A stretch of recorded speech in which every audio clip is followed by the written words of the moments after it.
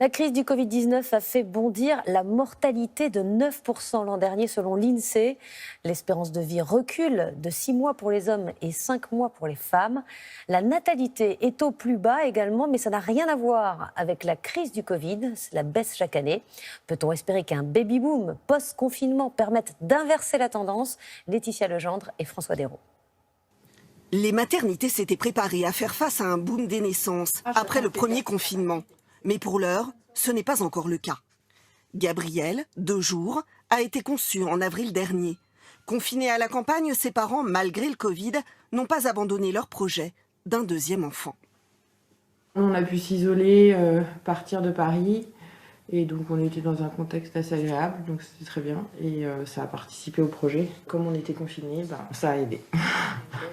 Mais tous les parents n'ont pas forcément partagé cet optimisme en période de crise sanitaire. Il y a peut-être un petit peu d'inquiétude des couples, d'incertitude face à cette situation, donc peut-être qu'ils décalent un petit peu leur envie de faire des bébés. En 2020, en France, la natalité est en baisse. 740 000 naissances, c'est 13 000 de moins qu'en 2019.